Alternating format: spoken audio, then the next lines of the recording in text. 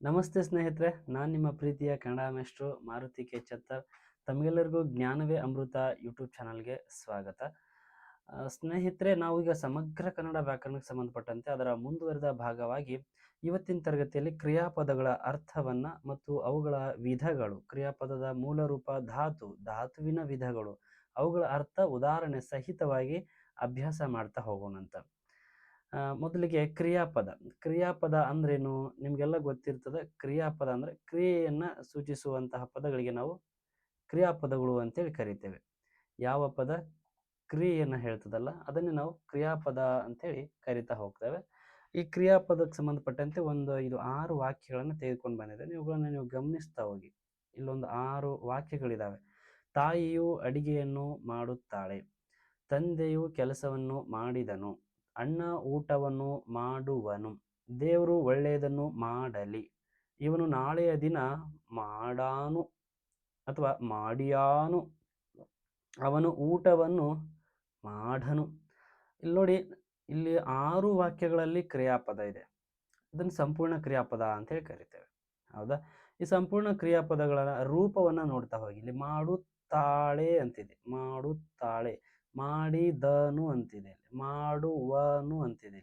ಮಾಡಲಿ, ಇಲ್ಲಿ ಆಜ್ಞೆ ಮಾಡ್ತಿದ್ದಾರೆ, ಆಜ್ಞೆ ಆಶೀರ್ವಾದಗಳನ್ನ ಮಾಡ್ತಾ ಇದ್ರೆ ಅದನ್ನು ನಾವು ವಿದ್ಯಾರ್ಥಕ ಕ್ರಿಯಾಪದ ಅಂತೇಳಿ ಕರಿತೇವೆ. ಮಾಡಿಯಾನು ಸಂಭವನೆ ಅಂತ ಹೇಳ್ತದ. ಮಾಡಬಹುದು, ಬಿಡಬಹುದು. ಕ್ರಿಯೆ ಸಂಭವದಲ್ಲಿದೆ, ಅದು ಆಗಬಹುದು ಅಥವಾ ಬಿಡಬಹುದು. ಇನ್ನೊಂದು ಮಾಡನು, ಕ್ರಿಯೆ ನಡೆಯುವುದೇ ಇಲ್ಲ ಅಂತ ಹೇಳ್ತಾ ಇದ್ದಾರೆ, ನಿಷೇಧದೊಳಗೆ ಹೇಳ್ತಾ ಇದ್ದಾರೆ. ಇದೆಲ್ಲವೂ ಕ್ರಿಯಾಪದದ ಮೂಲ ರೂಪಗಳಿವು. ಮೂಲ ರೂಪಗಳು ಅಂತ ಹೇಳಿದ್ರೆ ಕ್ರಿಯಾಪದದ ವಿಧಗಳು, ವಿವಿಧ ರೂಪಗಳು. ಇವು ಮೂಲ ಅಲ್ಲ, ವಿವಿಧ ರೂಪಗಳು. ಇದನ್ನು ನಾವು ಉತ್ತ ಬಂದ ಕಾರಣಕ್ಕಾಗಿ ವರ್ತಮಾನ ಅಂತ ಹೇಳಿ ಕರೆದಿವಿ. ಇದನ್ನ ವರ್ತಮಾನ ರೂಪದ ಕ್ರಿಯಾಪದ ಅಂತ ಹೇಳಿ ಕರೆದಿವಿ. ಇಲ್ಲಿ ಕೆಲಸ ಮಾಡಿ ಹೋಗಿತ್ತು, ಮುಗ್ದಾಗಿತ್ತು. ಯಾಕಂದ್ರೆ ಇಲ್ಲಿ ದ ಇದೆ, ದ ಎನ್ನುವ ಕಾಲಸೂಚಕ ಪ್ರತ್ಯಯ ಇರೋದ್ರಿಂದ ಇದನ್ನ ಭೂತ ಅಂತ ಹೇಳಿ ಕರೆದಿವಿ. ಇನ್ನೊಂದು ವ ಅಥವಾ ಉವ ಬಂದಾಗ ಅದನ್ನ ನಾವು ಭವಿಷ್ಯತ್ ಅಂತ ಹೇಳಿ ಕರೆದೆವು. ಸ್ನೇಹಿತರೆ ನೋಡಿ, ಒಂದು ಕ್ರಿಯಾಪದ ಎಷ್ಟು 6 ರೂಪದಲ್ಲಿ ಬಂದಿದೆ. 3 ಕಾಲ ಸೂಚಕಗಳು. ಕೆಲಸ ನಡೀತಾ ಇದ್ರೆ ಇಟ್ಸ್ ಆನ್ ಗೋಯಿಂಗ್, ಕೆಲಸ ನಡೀತಾ ಇದ್ರೆ ಅದು ವರ್ತಮಾನ. ಕೆಲಸ ಈಗಾಗಲೇ ಮುಗಿದು ಹೋಗಿದ್ರೆ ಅದು ಭೂತ. ಇನ್ನು ಕೆಲಸ ಮುಂದೆ ನಡೀಬಹುದು, ಬಿಡಬಹುದು. ನಡೀಬಹುದು, ಮುಂದೆ ನಡೆಯುತ್ತದ ಅಂತ ಹೇಳಿಕತ್ತಾರೆ, ಭವಿಷ್ಯತ್ ಕಾಲದಲ್ಲಿ ಹೇಳ್ತಾ ಇದ್ದಾರೆ, ಫ್ಯೂಚರ್ ಅಲ್ಲಿ ಇದೆ. ವಿದ್ಯಾರ್ಥಕ ಅಂದ್ರೆ ನಾವು ಯಾರಿಗೋ ಏನೋ ಆಶೀರ್ವಾದ ಮಾಡ್ತೀವಿ, ಆಜ್ಞೆ ಮಾಡ್ತೀವಿ, ಆರೈಕೆ ಮಾಡ್ತೀವಿ, ಈ ರೀತಿ ಹೇಳುವಂಥದ್ದು ನಮಗೆ ನಾವೇ ಮಾಡ್ಕೊಂಡ್ರು ಅಡ್ಡಿ ಇಲ್ಲ. ಇವುಗಳನ್ನು ನಾವು ವಿದ್ಯಾರ್ಥಕ ರೂಪಗಳು ಅಂತ ಹೇಳಿ ಕರಿತೇವೆ. ಈ 3 ಕ್ರಿಯಾ ರೂಪಗಳು ಮತ್ತು ಈ 3 ಕ್ರಿಯೆಯ ಕಾಲಗಳು, ಇವುಗಳನ್ನು ನಾವೀಗ ಅಭ್ಯಾಸ ಮಾಡ್ತಾ ಹೋಗೋಣ. ಭೂತ, ವರ್ತಮಾನ, ಭವಿಷ್ಯತ್, ಆಮೇಲೆ ವಿದ್ಯಾರ್ಥಕ, ಸಂಭವನಾರ್ಥಕ, ನಿಷೇಧಾರ್ಥಕ. ಈಗ ಕ್ರಿಯೆ ಅಂದ್ರೆ ನಿಮ್ಗೇನು ಗೊತ್ತಾಯ್ತು, ಇಲ್ಲಿ ಅಡಿಗೆಯನ್ನು ಮಾಡುತ್ತಾಳೆ ಅಂದ್ರೆ ಸಂಪೂರ್ಣ ಕ್ರಿಯಾಪದ. ಅಂದ್ರೆ ಒಂದು ಸಂಪೂರ್ಣ ಕ್ರಿಯೆಯ ಅರ್ಥವನ್ನು ಕೊಡಬೇಕದು. ಸಂಪೂರ್ಣ ಕ್ರಿಯೆಯ ಅರ್ಥವನ್ನ ಕೊಡುವಂತಹ ಪದಗಳಿಗೆ ನಾವು ಕ್ರಿಯಾಪದ ಅಂತ ಹೇಳಿ ಕರಿತೇವೆ. ಮೇಲೆ ಹೇಳಿದ 6 ಕ್ರಿಯಾಪದಗಳೆಲ್ಲ ಒಂದು ಧಾತು ರೂಪ ಅಂತ ಸಿಕ್ತು. ಅದರ ಮೂಲ ರೂಪ ಏನು? ಮಾಡು. ಮಾಡುತ್ತಾಳೆ ಮಾಡು, ಮಾಡಿದನು ಮಾಡು, ಮಾಡುವನು ಮಾಡು, ಮಾಡಲಿ ಮಾಡು, ಮಾಡಾನು ಮಾಡು, ಮಾಡನು ಮಾಡು. ಅಂದ್ರೆ ಇಲ್ಲಿ ಮಾಡು ಎನ್ನುವಂಥದ್ದು ಒಂದು ಧಾತು ರೂಪ. ಈ ಧಾತು ಅಂದ್ರೆ ಬೇರೆ ಏನಲ್ಲ, ಕ್ರಿಯಾಪದದ ಮೂಲ ರೂಪವಾಗಿರ್ತದ. ಕ್ರಿಯಾಪದದ ಮೂಲ ರೂಪವನ್ನ ನಾವು ಏನಂತ ಕರಿತೇವೆ? ಕ್ರಿಯಾಪದದ ಮೂಲ ರೂಪವನ್ನ ಕ್ರಿಯಾ ಪ್ರಕೃತಿ ಅಂತ ಹೇಳಿ ಕರಿತೇವೆ. ಕ್ರಿಯಾ ಪ್ರಕೃತಿ. ಇದಕ್ಕೆ ಇನ್ನೊಂದು ಹೆಸರು ಏನಪ್ಪಾ? ಧಾತು ಅಂತ ಹೇಳಿ ಕರೀತಾರೆ. ಏನಂತ? ಧಾತು ಅಂತೇಳಿ ಕರೀತಾರೆ. ಇಲ್ಲಿ ನೋಡ್ತಾ ಇದ್ರಿ ನೀವು, ಮಾಡುತ್ತಾನೆ, ಇಲ್ಲೇನ್ ಬಂತು? ಉತ್ತ ಬಂತು. ಮಾಡಿದನು, ದ ಇದೆ. ಮಾಡುವನು, ವ ಇದೆ. ಇಲ್ಲಿ ಅಲಿ ಎನ್ನುವ ಪ್ರತ್ಯಯ ಇದೆ. ಇಲ್ಲಿ ಆನು ಎನ್ನುವ ಪ್ರತ್ಯಯ ಇದೆ. ಇಲ್ಲಿ ಅನು ಎನ್ನುವ ಪ್ರತ್ಯಯ ಇದೆ. ಆನು, ಅನು, ಅಲಿ, ವ, ದ, ಉತ್ತ. ಇಂತಹ ಪ್ರತ್ಯಯಗಳನ್ನು ನಾವೀಗಲಿ ಸ್ಥೂಲವಾಗಿ ಅಭ್ಯಾಸ ಮಾಡ್ತಾ ಹೋಗೋಣಂತ. ಮೊದಲಿಗೆ ಕ್ರಿಯಾಪದದ ಮೂಲ ರೂಪವನ್ನು ನೋಡ್ಕೊಂಡು ಒಂದ್ಸರಿ ಬಂದ್ಬಿಡೋಣ ಅಂತ. ಅಲ್ಲಿ ಧಾತುವಿನ ವಿಧಗಳು ಯಾವ್ಯಾವು? ಧಾತು ಅಂದ್ರೇನು? ಧಾತು ಅಂದ್ರೆ ಬೇರೆ ಏನೂ ಅಲ್ಲ, ಅದು ಕ್ರಿಯೆಯ ಅರ್ಥವನ್ನ ಕೊಡುವುದಾಗಿಯೂ ಪ್ರತ್ಯಯವನ್ನ ಹೊಂದದೇ ಇರುವಂತಹ ಶಬ್ದ ಆಗಿರುತ್ತದ. ಇದನ್ನೇ ನಾವು ಕ್ರಿಯಾ ಪ್ರಕೃತಿ ಅಥವಾ ಧಾತು ಅಂತ ಹೇಳಿ ಕರಿತೀವಿ. ನಾವು ನಾಮಪದದಲ್ಲಿ ನೋಡಿದ್ವಲ್ಲ, ಅಲ್ಲಿ ನಾಮಪದ ಅಂತ ಅನ್ಸ್ಕೊಂಡಾಗ, ಒಂದು ನಾಮಪದ ಅನ್ಸ್ಕೊಳ್ಬೇಕು ಅಂತಂದ್ರೆ ಅಲ್ಲಿ ಏನೆಲ್ಲ ಸರ್ಕಸ್ ಆಗಬೇಕು, ಅದರ ಮೂಲ ರೂಪ ಬೇಕು ನಮಗೆ. ಅದರ ಮೂಲ ರೂಪವನ್ನೇ ನಾವು ನಾಮ ಪ್ರಕೃತಿ ಅಂತ ಹೇಳಿ ಕರಿತೀವಿ. ನಾಮ ಪ್ರಕೃತಿ ಒಂದಿಷ್ಟು ಆಖ್ಯಾತ ಪ್ರತ್ಯಯಗಳು ಮತ್ತೊಂದಿಷ್ಟು ಪ್ರತ್ಯಯಗಳು ಸೇರ್ತಾವೆ. ಇಲ್ಲಿ ನಾಮ ಪ್ರಕೃತಿ ಮುಖ್ಯವಾಗಿ ವಿಭಕ್ತಿ ಪ್ರತ್ಯಯಗಳು ಸೇರ್ತಾವೆ. ವಿಭಕ್ತಿ ಪ್ರತ್ಯಯಗಳು ಅಥವಾ ಆಖ್ಯಾತ ಪ್ರತ್ಯಯಗಳು ಇರಲಿ. ವಿಭಕ್ತಿ ಪ್ರತ್ಯಯಗಳು ಸೇರ್ಕೊಂಡಿದ್ದಾವೆ ಇಲ್ಲಿ. ಆದರೆ ಅವ್ರ ಮೂಲ ರೂಪ ನಾಮ ಪ್ರಕೃತಿ ಅಂತ ಕರೆಸ್ಕೊಂಡದ. ಇಲ್ಲಿ ಕ್ರಿಯೆಯ ಮೂಲ ರೂಪ ಕ್ರಿಯಾ ಪ್ರಕೃತಿ ಅಂತ ಹೇಳಿ ಕರೆಸ್ಕೊಳ್ತದ. ನಾಮಪದದ ಮೂಲ ರೂಪ ನಾಮ ಪ್ರಕೃತಿ, ಕ್ರಿಯಾಪದದ ಮೂಲ ರೂಪ ಕ್ರಿಯಾ ಪ್ರಕೃತಿ ಆಗಿರುವಂಥದ್ದು. ಇದನ್ನೇ ನಾವು ಇನ್ನೊಂದು ಹೆಸರಲ್ಲಿ ಧಾತು ಅಂತ ಹೇಳಿ ಕರಿತೇವೆ. ಕ್ರಿಯಾಪದದ ಮೂಲ ರೂಪ ಕ್ರಿಯಾ ಪ್ರಕೃತಿ ಅಥವಾ ಧಾತು ಅಂತ ಹೇಳಿ ಕರಿತೇವೆ. ಈ ಧಾತುವನ್ನು ಸ್ಥೂಲವಾಗಿ ಎರಡು ರೀತಿಯಲ್ಲಿ ವಿಭಾಗ ಮಾಡ್ತೇವೆ. ಒಂದು ಮೂಲ ಧಾತು, ಒಂದು ಮೂಲ ಅಥವಾ ಸಹಜ ಧಾತು, ಇನ್ನೊಂದು ಪ್ರತ್ಯಯಾಂತ ಧಾತು. ಇದಕ್ಕೆ ಇನ್ನೊಂದು ಹೆಸರು ಸಾಧಿತ ಧಾತು ಅಥವಾ ಪ್ರತ್ಯಯಾಂತ ಧಾತು. ನೆನ್ಪಿಟ್ಕೊಳ್ಬೇಕು, ಕೆಲವೊಮ್ಮೆ ಪರೀಕ್ಷೆಯಲ್ಲಿ ಏನ್ ಮಾಡ್ತಾನೆ ಪ್ರತ್ಯಯಾಂತ ಧಾತು ಅಂತ ಕೊಡ್ತಾನೆ. ನಾವು ಮಾತ್ರ ಸಹಜ ಸಾಧಿತ ಅಂದ್ರೆ ಅಲ್ಲಿ ಇಸು ಪ್ರತ್ಯಯ ಇರ್ತದ. ಸಹಜ ಅಂದ್ರೆ ಸಕರ್ಮಕ ಅಕರ್ಮಕ ಈ ರೀತಿಯಾಗಿ ಅಭ್ಯಾಸ ಮಾಡಿರ್ತೇವೆ. ಆದ್ರೆ ಮೂಲ ಧಾತು ಮತ್ತು ಪ್ರತ್ಯಯ ಧಾತು ಇವುಗಳನ್ನು ಕೂಡ ನಾವು ಅರ್ಥ ಮಾಡ್ಕೊಂಡಿರ್ಬೇಕು.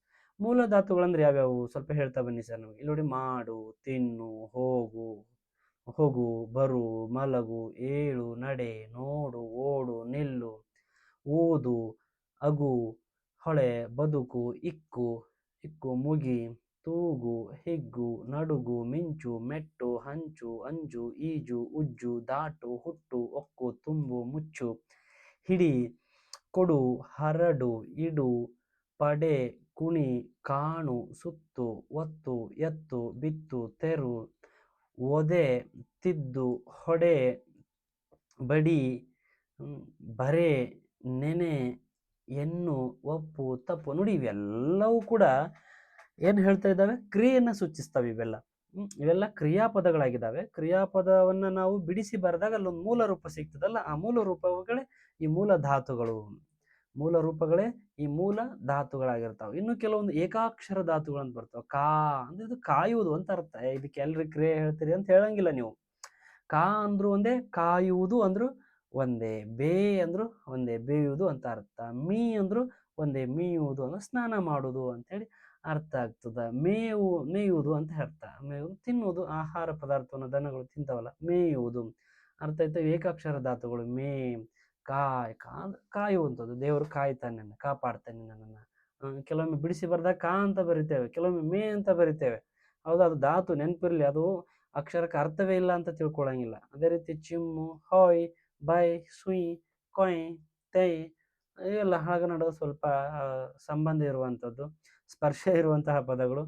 ಸುರಿ, ಅರಿ, ಹೀರು, ಸೇರು, ಸೋಲು, ಹೊಲಿ, ಬಲಿ, ಹೇಸು, ಅರಸು, ಕೆಡುಕು, ಬಳಸು, ಗುಡಿಸು, ಚೆಲ್ಲು, ತೊಳೆ, ಬೆಳಗು, ಬಡಿಸು, ಇಳಿ, ಏರು, ಹೊಗಳು, ತೆಗಳು, ಬಾಳು, ಬೀಳು, ತಾಳು, ಎಳೆ, ರಳಿ, ಸೆಳೆ, ತಿಳಿ, ಸುಳಿ, ಕೊರೆ ಇತ್ಯಾದಿ ಪದಗಳೆಲ್ಲವೂ ಮೂಲ ಧಾತುವಿಗೆ ಉದಾಹರಣೆ ಆಗಿರುವಂಥದ್ದು. ಅರ್ಥ ಆಯ್ತಾ? ಮೂಲ ಧಾತುಗಳು ಇವುಗಳು. ಇನ್ನೊಂದು ನೋಡಿ, ಒಮ್ಮೊಮ್ಮೆ ಇವುಗಳನ್ನ ನಾವೇನ್ ಮಾಡ್ತೀವಪ್ಪ, ಸ್ವಲ್ಪ ನಾಮ ಪ್ರಕೃತಿಗಳನ್ನೇ ಧಾತುಗಳನ್ನಾಗಿ ಮಾಡಿಕೊಂಡು ಕ್ರಿಯಾ ಪ್ರಕೃತಿಗಳಿಗೆ ಅಥವಾ ಪ್ರತ್ಯಯಗಳನ್ನ ಹಚ್ಚಿ ಬರೆದು ಬಿಡ್ತೀವಿ ನಾವು. ಹೌದಾ?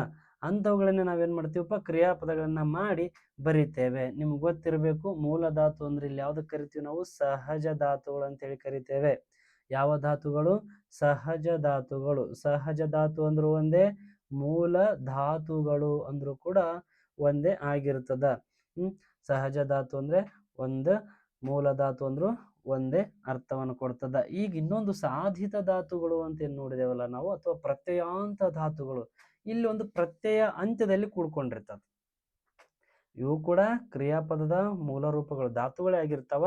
ಇಲ್ಲಿ ಏನ್ ಮಾಡಿರ್ತವೆ, ಕೊನೆಗೆ ಒಂದು ಪ್ರತ್ಯಯದಿಂದ ಎಂಡ್ ಆಗಿರ್ತದೆ. ಕೊನೆಗೆ ಪ್ರತ್ಯಯದಿಂದ ಎಂಡ್ ಆಗಿರ್ತದೆ ಅಂತಂದ್ರೆ ಯಾವ ರೀತಿಯ ಪ್ರತ್ಯಯ ಹಚ್ತೀವಿ ಸರ್ ನಾವು? ಬೇರೆ ಯಾವುದು ಅಲ್ಲ, ಇಸು ಎನ್ನುವ ಪ್ರತ್ಯಯವನ್ನ ಹಚ್ಚುತ್ತೀವಿ. ಇಸು ಎನ್ನುವ ಪ್ರತ್ಯಯ ಹಚ್ಚಿ ಬಿಡ್ತೀವಿ ನಾವು. ಆವಾಗ ಇದನ್ನ ನಾವು ಸಾಧಿತ ಧಾತು ಅಥವಾ ಪ್ರತ್ಯಯಾಂತ ಧಾತು ಅಂತ ಹೇಳಿ ಕರಿತೇವೆ. ಯಾವ ಪ್ರತ್ಯಯದಿಂದ ಅಂತ್ಯವಾಗಿರುತ್ತದೆ? ಇದು ಇಸು ಎನ್ನುವ ಪ್ರತ್ಯಯದಿಂದ ಅಂತ್ಯವಾಗಿರುತ್ತದೆ. ಆದ್ರಿಂದ ಇದನ್ನ ಪ್ರತ್ಯಯಾಂತ ಧಾತು ಅಥವಾ ಸಾಧಿತ ಧಾತು ಅಂತ ಹೇಳಿ ಕರಿತೇವೆ. ಕೆಲವು ಕನ್ನಡ ನಾಮ ಪ್ರಕೃತಿಗಳ ಮೇಲೆ ನಾವು ಏನ್ ಮಾಡ್ತೀವಪ್ಪ, ಇಸು ಪ್ರತ್ಯಯ ಹಚ್ತೀವಿ. ಕೆಲವೊಮ್ಮೆ ಅನುಕರಣ ಅವ್ಯಯಗಳ ಮೇಲೂ ಕೂಡ ನಾವೇನ್ ಮಾಡ್ತೀವಿ, ಇಸು ಪ್ರತ್ಯಯವನ್ನ ಹಚ್ಚುತ್ತೇವೆ. ಅದೇ ರೀತಿಯಾಗಿ ಚಟ ಮೊದಲಾದ ಅನುಕರಣ ಅವ್ಯಯ ಈ ರೀತಿ ಶಬ್ದಗಳ ಮೇಲೂ ಕೂಡ ನಾವೇನ್ ಮಾಡ್ತೀವಿ ಇಸು ಎಂಬ ಪ್ರತ್ಯಯವನ್ನ ಸೇರಿಸ್ತೇವೆ. ಆಗ ಇವು ಪ್ರತ್ಯಯಾಂತ ಧಾತುಗಳು ಅಂತ ಹೇಳಿ ಕರೆಸ್ಕೊಳ್ತವೆ. ನೀವು ಅನ್ಬೋದು, ಸರ್ ನಾಮ ಪ್ರಕೃತಿಗಳಿಗೆ ಏನ್ ಸಂಬಂಧ, ಇಲ್ಲಿ ಯಾಕೆ ಬರ್ತಾವೆ ಇವು? ಹೌದು, ಇವು ನಾಮ ಪ್ರಕೃತಿಗಳೇ, ಆದ್ರೆ ಇವು ಇನ್ನು ಧಾತುಗಳಾಗಿಲ್ಲ. ಯಾವಾಗ ಇವು ಧಾತುಗಳಾಗಿ ಕನ್ವರ್ಟ್ ಆಗ್ತಾವ? ಇಸ್ಸು ಅನ್ನೋ ಪ್ರತ್ಯಯವನ್ನ ಹಚ್ಚಿದಾಗ ಇವು ಧಾತುಗಳಾಗಿ ಕನ್ವರ್ಟ್ ಆಗ್ತಾವ. ಯಾವ ಧಾತು? ಪ್ರತ್ಯಯಾಂತ ಧಾತುಗಳಾಗಿ ಕನ್ವರ್ಟ್ ಆಗ್ತವೆ. ಕೇವಲ ಕನ್ನಡದ ನಾಮ ಪ್ರಕೃತಿಗಳ ಮೇಲೆ ಇಲ್ಲ, ಸಂಸ್ಕೃತದ ಕೆಲವು ಶಬ್ದಗಳ ಮೇಲೆ ಹಚ್ತೇವೆ. ಅದೇ ರೀತಿ ಅನುಕರಣ ಅವ್ಯಯಗಳ ಮೇಲೆ ನಾವು ಇಸು ಪ್ರತ್ಯಯವನ್ನ ಹಚ್ತೇವೆ. ಬನ್ನಿ ನೋಡ್ಕೊಂಡು ಬರೋಣ ಅಂತವ್ ಯಾವ್ಯಾವ ಅದಾವಪ್ಪ. ಇಲ್ಲಿ ನೋಡಿ, ಅಂತ ಪದಗಳು ನಾಮ ಪ್ರಕೃತಿ ಇದೆ. ಇಲ್ಲಿ ಇದು ಕನ್ನಡದ ನಾಮ ಪ್ರಕೃತಿ, ಕನ್ನಡ ಅಂತಿದೆ, ಅದಕ್ಕೆ ಇಸು ಹಚ್ಚಿದ್ದೀನಿ ನಾನು, ಕನ್ನಡಿಸು ಅಂತಾಗಿದೆ. ಧಾತು ಏನ್ ಸಿಕ್ತಪ್ಪ? ಕನ್ನಡಿಸು. ನೆನಪಿರ್ಲಿ, ಧಾತುನೇ ಬೇರೆ, ನಾಮ ಪ್ರಕೃತಿನೇ ಬೇರೆ. ಧಾತು ಯಾವಾಗ್ಲೂ ಕ್ರಿಯಾಪದಕ್ಕೆ ಸಂಬಂಧಪಡ್ತದೆ, ಆದರೆ ನಾಮ ಪ್ರಕೃತಿ ಮಾತ್ರ ನಾಮಪದಕ್ಕೆ ಸಂಬಂಧಪಡ್ತದೆ. ಅರ್ಥ ಆಯ್ತಾ ಸ್ನೇಹಿತರೆ? ನಾಮಪದ ನಾಮ ಪ್ರಕೃತಿ ನಾಮಪದಕ್ಕೆ ಸಂಬಂಧಪಡ್ತದೆ, ಧಾತು ಕ್ರಿಯಾಪದಕ್ಕೆ ಸಂಬಂಧಪಡ್ತದೆ. ಕೆಲವೊಮ್ಮೆ ನಾಮ ಪ್ರಕೃತಿ ಧಾತು ಆಗ್ತದೆ ಯಾವಾಗ? ಅದು ಇಸು ಇಂದ ಎಂಡ್ ಆದಾಗ, ಅಥವಾ ಇಸು ಪ್ರತ್ಯಯವನ್ನ ಸೇರಿಸಿಕೊಂಡಾಗ ಅದು ಧಾತು ಆಗ್ತದೆ. ಅದನ್ನೇ ನಾವು ಪ್ರತ್ಯಯಾಂತ ಅಥವಾ ಸಾಧಿತ ಧಾತು ಅಂತ ಹೇಳಿ ಕರಿತೇವೆ. ಇನ್ನೊಂದು ನಾಮ ಪ್ರಕೃತಿ ಇದೆ ನೋಡಿ, ಓಲಗ. ಇದಕ್ಕೆ ಇಸು ಹಾಕಿದಾಗ ಓಲಗಿಸು ಅಂತ ಆಗ್ತದ. ಏನಾಗ್ತದ? ಓಲಗಿಸು. ಅದೇ ರೀತಿ ಅಬ್ಬರ, ಅಬ್ಬರ ಏನೈತಿ ಇಲ್ಲಿ? ಅಬ್ಬರಿಸು ಅಂತಾಯ್ತು. ಅಬ್ಬರ ಮೂಲತಃ ನಾಮಪದದ ಮೂಲ ರೂಪ. ಇದು ಕ್ರಿಯೆ ಅಲ್ಲ. ಅಬ್ಬರ ಅಂದ್ರೆ ಕನ್ನಡ ಅಂದ್ರೂ ಕ್ರಿಯೆ ಅಲ್ಲ, ಓಲಗಂದ್ರೂ ಕ್ರಿಯೆ ಅಲ್ಲ, ಆದ್ರೆ ಇಸು ಪ್ರತ್ಯಯ ಹಚ್ಚಿದಾಗ ಅವ ಕ್ರಿಯೆಗಳಾಗ್ತವೆ ಇವು. ಅರ್ಥ ಆಯ್ತಾ? ಈ ಕನ್ನಡಿಸುವುದು ಒಂದು ಧಾತು ಆಯ್ತು. ಈಗ ಇದನ್ನ ನೀವು ಸಂಪೂರ್ಣ ಕ್ರಿಯಾಪದ ಮಾಡ್ಬೇಕು ಅಂದಾಗ ನೀವು ಯಾವ್ದಾದ್ರು ಒಂದು ಪ್ರತ್ಯಯ ಹಾಕ್ಬೇಕಲ್ಲಿ. ಒಂದು ಕಾಲಸೂಚಕ ಪ್ರತ್ಯಯ ಆದ್ರೂ ಹಾಕ್ರಿ, ಅಥವಾ ನಿಷೇಧದೊಳಗೆ ಹಾಕ್ರಿ, ಅಥವಾ ಸಂಭವನೀಯತದೊಳಗೆ ಹಾಕ್ರಿ, ಅಥವಾ ಇನ್ನೊಂದು ಯಾವ್ದಪ್ಪ ವಿದ್ಯಾರ್ಥಕದೊಳಗೆ ಹಾಕ್ರಿ. ವಿದ್ಯಾರ್ಥಕ ಆಲ್ಸೋ ಕ್ರಿಯಾಪದದ ಒಂದು ರೂಪ. ಅರ್ಥ ಆಯ್ತಾ? ಕನ್ನಡಿಸು ಅನ್ನೋದು ಧಾತು ಆಯ್ತು. ಈಗ ಅದನ್ನ ಕ್ರಿಯಾಪದ ತೆಗೆದುಕೊಂಡು ಬಂದಾಗ ಕನ್ನಡಿಸಿದನು, ಕನ್ನಡಿಸಿದನು. ಆಂಗ್ಲ ಭಾಷೆಯಲ್ಲಿರುವ ವ್ಯಾಕರಣವನ್ನು ಯಾರು? ನಮ್ಮ ಕಿಟೇಲ್ರವರು ಕನ್ನಡಿಸಿದರು. BM ಶ್ರೀಕಂಠಯ್ಯರವರು ಕನ್ನಡಿಸಿದರು. ಎಷ್ಟೋ ಆಂಗ್ಲ ಭಾಷೆಯ ಸಾಹಿತ್ಯಗಳನ್ನು, ಸಾಹಿತ್ಯ ಕೃತಿಗಳನ್ನು ಕನ್ನಡಿಸಿದರು. ಕನ್ನಡಿಸಿದರು ಅಂದ್ರೇನು? ಕನ್ನಡಕ್ಕೆ ತೆಗೆದುಕೊಂಡು ಬರೋದು, ಕನ್ನಡಕ್ಕೆ ಭಾಷಾಂತರ ಮಾಡೋದು ಅಂತ ಅರ್ಥ ಆಗ್ತದೆ. ಅದೇ ರೀತಿ ಓಲಗಿಸುವುದರು, ಓಲಗಿಸುದ್ದಳು, ಓಲಗಿಸುತ್ತಾನೆ. ಅಬ್ಬರಿಸುವರು, ಅಬ್ಬರಿಸುವನು, ಅಬ್ಬರಿಸಿತು. ಮತ್ತ ಸರ್, ಈಗ ನಾಮ ಪ್ರಕೃತಿ ಆಯ್ತು. ಅನುಕರಣ ಶಬ್ದಗಳು ಧಾತುಗಳು ಹೆಂಗಾಕವ? ಅನುಕರಣಗಳು ಅವಕ್ಕೆ ಇಸು ಹಚ್ತೇವ್ರಿ ನಾವು. ದಗ ಅನ್ನೋದು ಅನುಕರಣ, ಅರ್ಥ ಇರುವುದಿಲ್ಲ. ಇವೆಲ್ಲ ಧ್ವನಿ ವಿಶೇಷಣಗಳು. ಧ್ವನಿ ವಿಶೇಷಣ ಅಂದ್ರೆ ಈ ರೀತಿ ಇರಬಹುದು ಅದರ ಧ್ವನಿ ಅಂತೇಳಿ ನಾವು ಅನುಕರಣೆ ಮಾಡಿ ಹೇಳಿರ್ತೇವೆ, ಹೌದಾ? ಇದಕ್ಕೆ ಇಸು ಹಾಕಿದಾಗ ಅದೇನಾಯ್ತು? ದೊಗಿಸು ಅಂತ ಆಯ್ತು. ಈಗ ಕ್ರಿಯೆ ಆಯ್ತು. ಮೊದಲೇನಿತ್ತು? ನಾಮ ಪ್ರಕೃತಿ ಅಲ್ಲ, ಅನುಕರಣ ಇತ್ತು. ಅನುಕರಣ ಇತ್ತು ಮೊದಲು, ಕ್ರಿಯೆ ಆಗಿರ್ಲಿಲ್ಲ. ಇಸು ಹಚ್ಚಿದಾಗ ಕ್ರಿಯೆ ಆಯ್ತು. ಥಳಥಳ ಅನುಕರಣೆ, ಇಸು ಹಚ್ಚಿದಾಗ ಥಳಥಳಿಸು. ಘಮ ಅನುಕರಣೆ, ಇಸು ಹಚ್ಚಿದಾಗ ಘಮಘಮಿಸು. ಚಟ ಅನುಕರಣೆ, ಇಸು ಹಚ್ಚಿದಾಗ ಚಟಿಸು. ಅದೇ ರೀತಿಯಾಗಿ ದಗಿಸುವರು, ಥಳಥಳಿಸುತ್ತಾನೆ, ಘಮಘಮಿಸುವುದು, ಚಟಿಸುತ್ತದೆ. ಈ ರೀತಿ ಬಂದಿರುವಂತಹ ಕ್ರಿಯಾಪದಗಳು ನಾವು ನೋಡಿದ್ವಲ್ಲ. ಈಗ ಅನುಕರಣ ಅವ್ಯಯಗಳು ಕೂಡ ಇಸು ಹಚ್ಚಿದಾಗ ಅವೇನಾಗ್ತವ? ಧಾತುಗಳಾಗ್ತಾವ. ಮುಂದೆ ಅದನ್ನ ಕ್ರಿಯಾಪದ ಮಾಡ್ಕೊಳ್ಬಹುದು. ನಮ್ಮ ಪ್ರಕೃತಿಗಳಿಗೂ ಕೂಡ ನಾವು ಇಸು ಹಚ್ಚಿದಾಗ ಅವು ಧಾತುಗಳಾಗ್ತಾವ. ಆಮೇಲೆ ಅದನ್ನ ಕ್ರಿಯಾಪದ ಮಾಡ್ಕೊಳ್ಬಹುದು. ಇಲ್ಲಿ ತಿಳ್ಕೊಳ್ಬೇಕಾಗಿದ್ದಿಷ್ಟೇ, ಸಹಜ ಧಾತು ಅಂದಾಗ ಅದು ಮೂಲ ಧಾತು ಆಗಿರ್ತದ. ಅದನ್ನ ಏನು ನಾವು ಅಲ್ಲಾಡ್ಸಂಗಿಲ್ಲ, ಮುಟ್ಟಂಗಿಲ್ಲ. ಆದ್ರೆ ಪ್ರತ್ಯಯಾಂತ ಧಾತುಗಳಂದಾಗ ಇವು ಕೆಲವೊಮ್ಮೆ ನಾಮ ಪ್ರಕೃತಿಗಳಾಗಿರ್ತವೆ, ಅನುಕರಣ ಶಬ್ದಗಳಾಗಿರ್ತವೆ. ಇವುಗಳನ್ನ ನಾವು ಇಸು ಅಂತ ಹೇಳಿ ಪ್ರತ್ಯಯ ಹಚ್ಚಿ ಆಮೇಲೆ ನಾವು ಧಾತುಗಳಾಗಿ ಕನ್ವರ್ಟ್ ಮಾಡ್ತೇವೆ. ಇದು ಎರಡನೇ ವಿಧದ ಧಾತು ಆಗಿರ್ತದ. ಇನ್ನೊಂದು ಹೇಳಿದಿರಲ್ಲ ಸರ್ ನೀವು, ಕನ್ನಡ ನಾಮ ಪ್ರಕೃತಿ, ಸಂಸ್ಕೃತದ ನಾಮ ಪ್ರಕೃತಿ ಒಂದು ಹೇಳ್ರಿ. ಕನ್ನಡ ನಾಮ ಪ್ರಕೃತಿ, ಅನುಕರಣಾವ್ಯಯ ಮತ್ತು ಸಂಸ್ಕೃತದ ಕೆಲವು ನಾಮ ಪ್ರಕೃತಿಗಳಿಗೆ ಇಸು ಹಚ್ತೀವಿ ನಾವು. ಯತ್ನ ಕೂಡಿಸು ಇಸು, ಯತ್ನಿಸು. ನೋಡಿ, ಯತ್ನ ಅಂದ್ರೆ ಇದು ಏನಲ್ಲ, ಕ್ರಿಯಾಪದ ಅಲ್ಲ. ಇದು ಯತ್ನ, ಪ್ರಯತ್ನ, ಭಾವ, ಭಂಗ, ರಕ್ಷ ಕ್ರಿಯಾಪದಗಳಲ್ಲ. ಇವು ಯಾವ ಕ್ರಿಯಾಪದಗಳಾಗ್ತವೆ? ಇಸು ಪ್ರತ್ಯಯ ಹಚ್ಬೇಕು ನಾವು ಇದಕ್ಕೆ. ಇಸು ಹಚ್ಚಬೇಕು. ಯತ್ನ ಕೂಡಿಸು ಇಸು, ಯತ್ನಿಸು. ಪ್ರಯತ್ನ ಕೂಡಿಸು ಇಸು, ಪ್ರಯತ್ನಿಸು. ಭಾವ ಕೂಡಿಸು ಇಸು, ಭಾವಿಸು. ಭಂಗ ಕೂಡಿಸು ಇಸು, ಭಂಗಿಸು. ರಕ್ಷ ಕೂಡಿಸು ಇಸು, ರಕ್ಷಿಸು. ಈಗೇನಾಯ್ತು ನೋಡಿ, ಭಾವಿಸು, ಭಂಗಿಸು, ರಕ್ಷಿಸು. ಈಗ ಧಾತುಗಳಾದವು ರೀ. ಇವುಗಳನ್ನ ನೀವು ಸಂಪೂರ್ಣ ಕ್ರಿಯಾಪದ ಮಾಡ್ಕೊಳ್ರಿ. ಯತ್ನಿಸುತ್ತಾನೆ, ಯತ್ನಿಸುತ್ತಾನೆ. ಉತ್ತ ಬಂತು. ಈಗ ನೀವೇನೊಂದು ವರ್ತಮಾನದೊಳಗೆ ಹೇಳಿದ್ರಿ. ಇದನ್ನ ಭೂತದೊಳಗೆ ಹೇಳ್ರಿ, ಪ್ರಯತ್ನಿಸಿದನು, ಪ್ರಯತ್ನಿಸಿದನು. ಇದನ್ನ ಭವಿಷ್ಯತ್ನೊಳಗೆ ಹೇಳ್ರಿ, ಭಾವಿಸುವನು, ವನು ಅನ್ಬೇಕು ಭವಿಷ್ಯತ್ನೊಳಗೆ. ಯಾಕಂದ್ರೆ ಇನ್ನು ವ ಅಥವಾ ಉವ ಬಂದ್ರೆ ಅದು ಭವಿಷ್ಯತ್ತಾಗಿರ್ತದೆ ಕಾಲಸೂಚಕ ಪ್ರತ್ಯಯ. ಭಾವಿಸುವನು. ಇನ್ನು ಇದನ್ನ ನಿಷೇಧದೊಳಗೆ ಹೇಳ್ರಿ, ಭಂಗಿಸನು. ನಿಷೇಧ ಅಂದ್ರೆ ಕೆಲಸ ಕ್ರಿಯೆ ನಡಿಬಾರ್ದು. ಭಂಗಿಸನು. ಭಂಗಿಸುತ್ತಾನೆ ಅಂದ್ರ ವರ್ತಮಾನದೊಳಗಾಯ್ತು. ಭಂಗಿಸಿದನು ಅಂದ್ರ ಭೂತೊಳಗಾಯ್ತು. ಭಂಗಿಸುವನು ಅಂದ್ರ ಭವಿಷ್ಯತ್ತಾಯ್ತು. ನಿಷೇಧದೊಳಗ ಭಂಗಿಸನು ಅನು ಆಗಬೇಕಲ್ಲಿ. ಸಂಭವನೀಯತೆ ಒಳಗೆ ಹೇಳ್ಬೇಕಂದ್ರ ಭಂಗಿಸಿಯಾನು, ಆನು ಬರ್ಬೇಕು ಪ್ರತ್ಯಯ. ಭಂಗಿಸಿಯಾನು.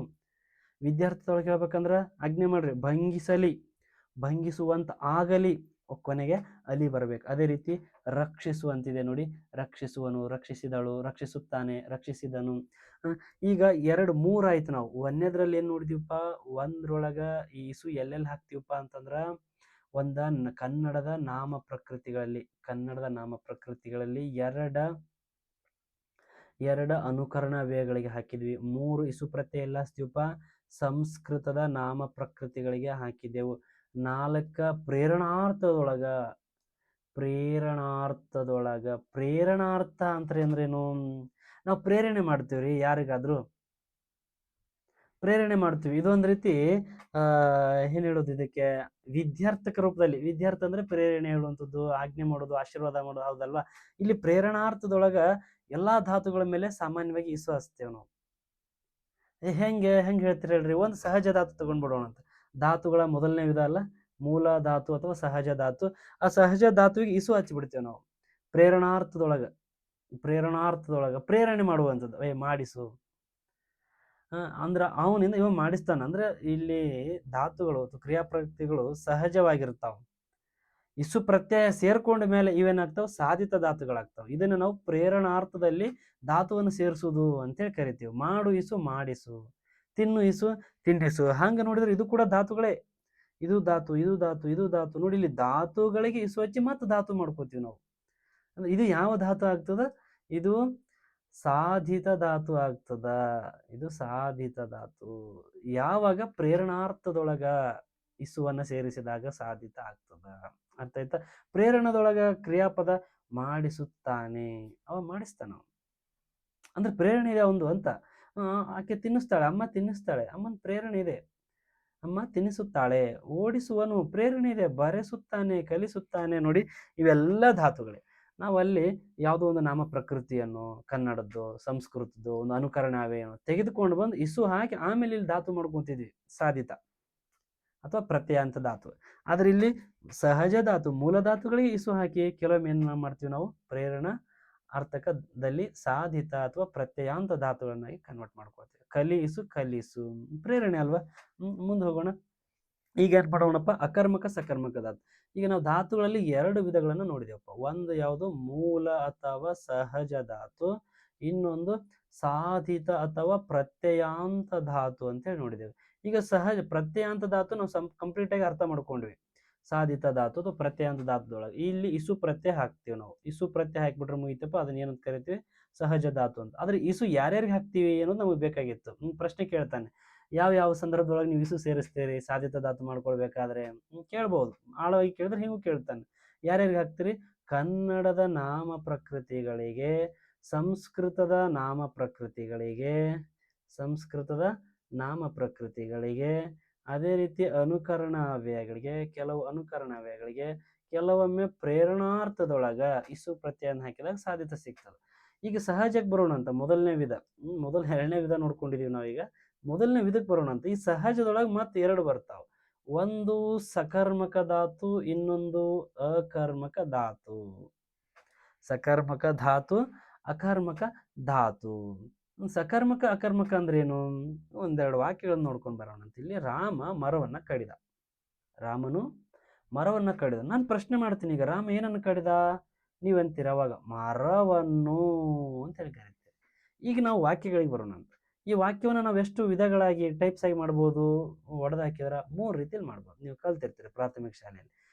ಕೆಲಸ ಯಾರಿಂದ ನಡೀತದಲ್ಲ ಅವನು ಕರ್ತೃ ಅಂತೀವಿ.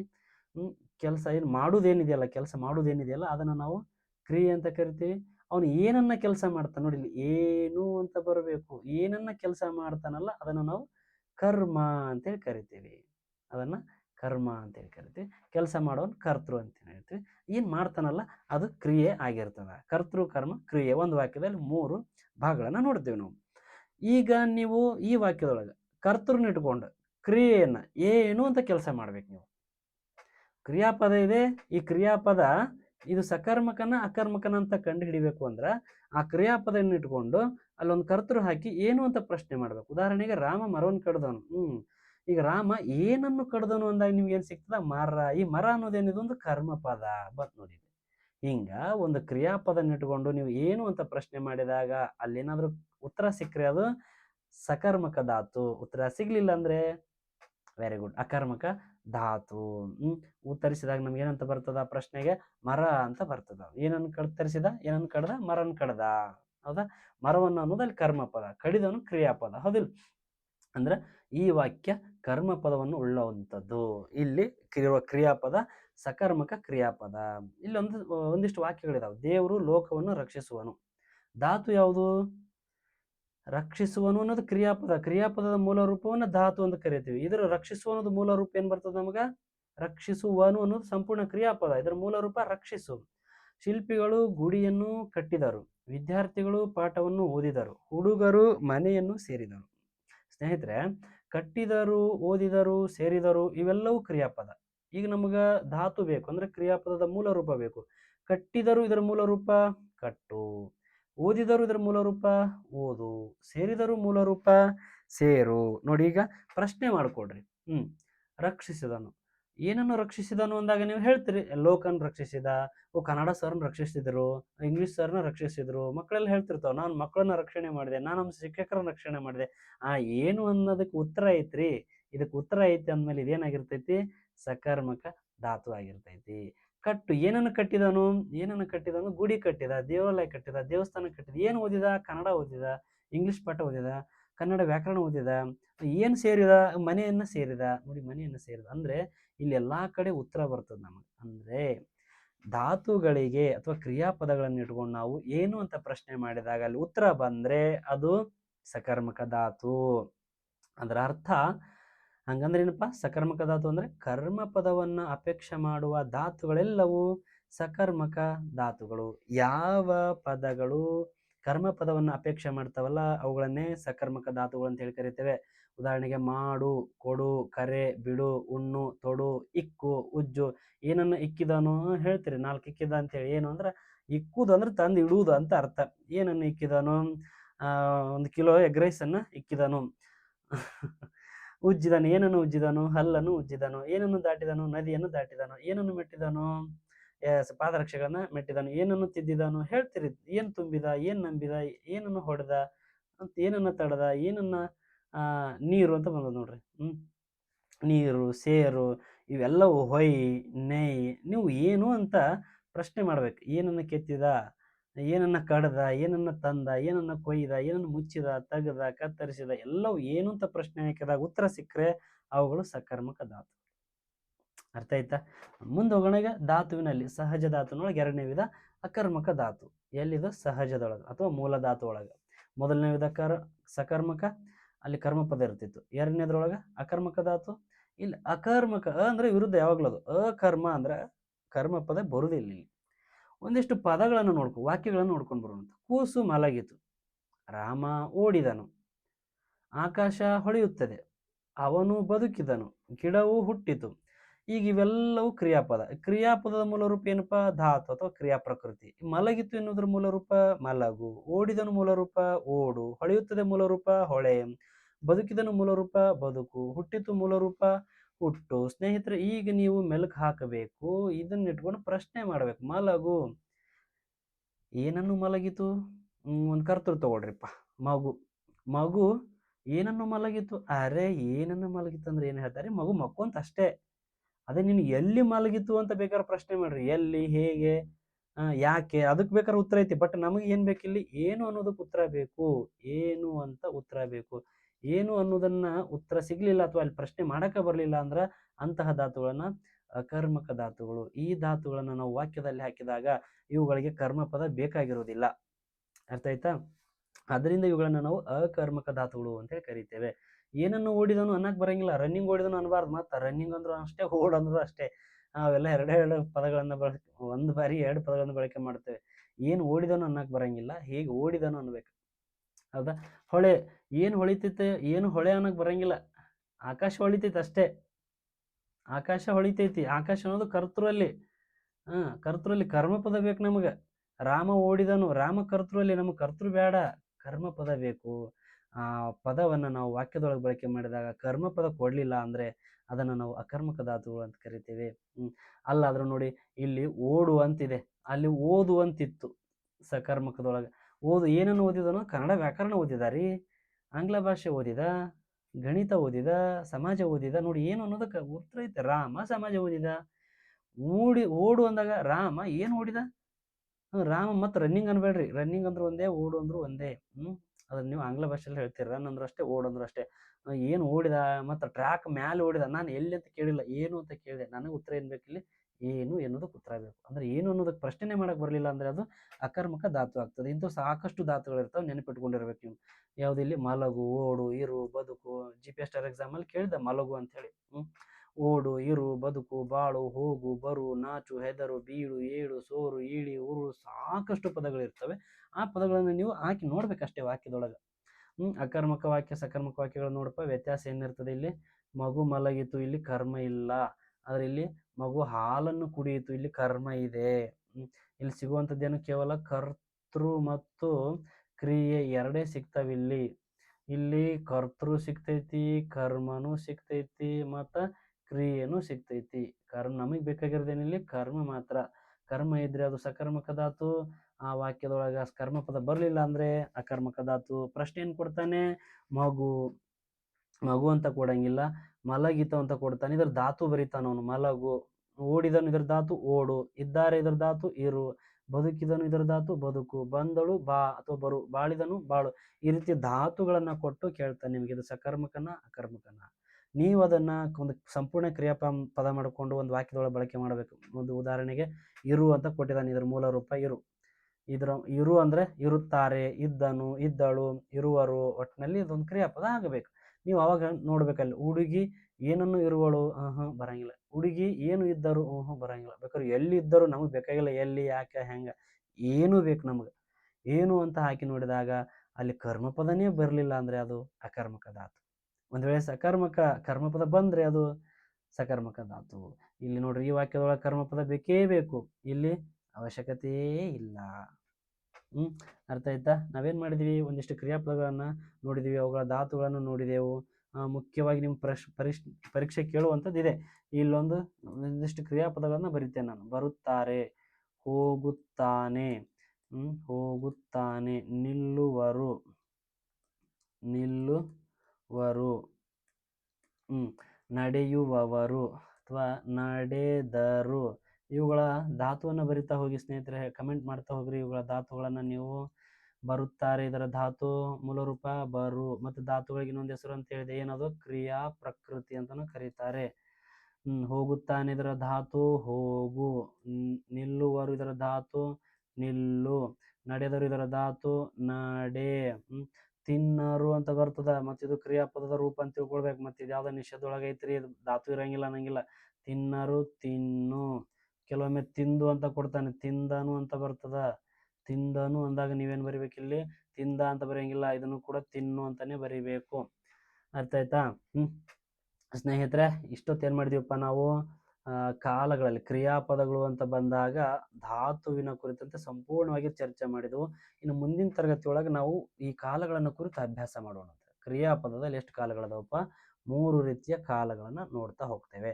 ಒಂದು ವರ್ತಮಾನ, ಭೂತ, ಇನ್ನೊಂದು ಭವಿಷ್ಯತ್ ಕಾಲ. ವರ್ತಮಾನದೊಳಗೆ ಯಾವಾಗಲೂ ಉತ್ತ ಎನ್ನುವ ಪ್ರತ್ಯಯ ಬರ್ತದ, ಭೂತದೊಳಗೆ ದ ಎನ್ನುವ ಪ್ರತ್ಯಯ ಬರ್ತದ, ಭವಿಷ್ಯತ್ದೊಳಗೆ ವ ಅಥವಾ ಉವ ಎನ್ನುವಂತಹ ಪ್ರತ್ಯಯ ಬರ್ತದ.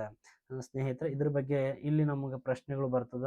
ಇಲ್ಲಿ ನಮಗೆ ಮುಖ್ಯವಾಗಿ ಗೊತ್ತಿರಬೇಕಾಗಿದ್ದು ಏನಪ್ಪಾ ಅಂತಂದ್ರೆ, ಕೇವಲ ಒಂದು ಉತ್ತ ಅಲ್ಲ, ಮುಖ್ಯವಾಗಿ ಆಖ್ಯಾತ ಪ್ರತ್ಯಯಗಳು ನಮಗೆ ಗೊತ್ತಾಗಬೇಕು. ಏನು ಗೊತ್ತಾಗಬೇಕ್ರಿ? ಆಖ್ಯಾತ ಪ್ರತ್ಯಯಗಳು ಯಾವ್ಯಾವ ಬರ್ತಾವ, ಎಲ್ಲಿ ಬರ್ತಾವ, ಆಖ್ಯಾತ ಪ್ರತ್ಯಯಗಳು ಅಂದ್ರೆ ಏನು ಅನ್ನೋದನ್ನ ನಾವು ಇಲ್ಲಿ ತಿಳ್ಕೊಳ್ತಾ ಹೋಗ್ತೀವಿ. ಎಲ್ಲಿ? ಕಾಲಗಳಲ್ಲಿ, ಕ್ರಿಯಾಪದ ಕಾಲಗಳಲ್ಲಿ. ಮತ್ತು ಕ್ರಿಯಾಪದದ ರೂಪಗಳು ಬೇರೆ ಬರ್ತಾವೆ. ಕ್ರಿಯಾಪದ ರೂಪಗಳು ಅಂದ್ರೆ ಯಾವ್ಯಾವಪ್ಪ? ಇವು ಕಾಲಗಳಾಯ್ತು. ಕಾಲಸೂಚಕ ಪ್ರತ್ಯಯ ಇರೋದ್ರಿಂದ ಕಾಲಗಳಾಯ್ತು. ಕ್ರಿಯಾಪದ ರೂಪಗಳು ಅಂದಾಗ ಒಂದು ವಿಧ್ಯರ್ಥಕ, ಇನ್ನೊಂದು ಸಂಭವನಾರ್ಥಕ, ಮಗದೊಂದು ನಿಷೇಧಾರ್ಥಕ. ಈ ರೀತಿಯಾಗಿ ನಾವೇನ್ ಮಾಡ್ತೀವಪ್ಪ? ರೂಪಗಳನ್ನು ನೋಡ್ತೇವೆ. ಅವು ಕಾಲಗಳು ಕ್ರಿಯಾಪದದಲ್ಲಿ, ಇವು ರೂಪಗಳು ಕ್ರಿಯಾಪದದಲ್ಲಿ. ಇವು 3 ಕಾಲ ಮತ್ತು 3 ರೂಪಗಳನ್ನು ನಾವು ಮುಂದಿನ ವಿಡಿಯೋ ತರಗತಿಯಲ್ಲಿ ನೋಡ್ತೇವೆ. ಸ್ನೇಹಿತರೆ, ನಾನು ನಿಮ್ಮ ಪ್ರೀತಿಯ ಕನ್ನಡ ಮೇಷ್ಟ್ರು ಮಾರುತಿ ಕೆ ಚತ್ತರ್. ನೀವೆಲ್ಲರೂ ನನ್ನ ಚಾನಲ್ನ ವೀಕ್ಷಣೆ ಮಾಡಬೇಕಾದಾಗ ದಯಮಾಡಿ ಸಬ್ಸ್ಕ್ರೈಬನ್ನು ಮಾಡಿಕೊಳ್ರಿ ಮತ್ತು ಇನ್ನೊಬ್ರಿಗೆ ಶೇರ್ ಮಾಡಿರಿ. ಅವಶ್ಯಕತೆ ಇದ್ದವರಿಗೆ ಜ್ಞಾನವನ್ನು ಹಂಚಿಕೆ ಮಾಡೋಣ. ಯಾಕಂದರೆ ಜ್ಞಾನ ಅನ್ನೋದು ಅಮೃತಕ್ಕೆ ಸಮಾನ. ಅದನ್ನು ನಾವು ಹಂಚಿಕೊಂಡು ಸೇವನೆ ಮಾಡಬೇಕು ಸ್ನೇಹಿತರೆ. ಧನ್ಯವಾದಗಳು ಮತ್ತು ಮುಂದಿನ ವಿಡಿಯೋದಲ್ಲಿ ಭೇಟಿಯಾಗೋಣ.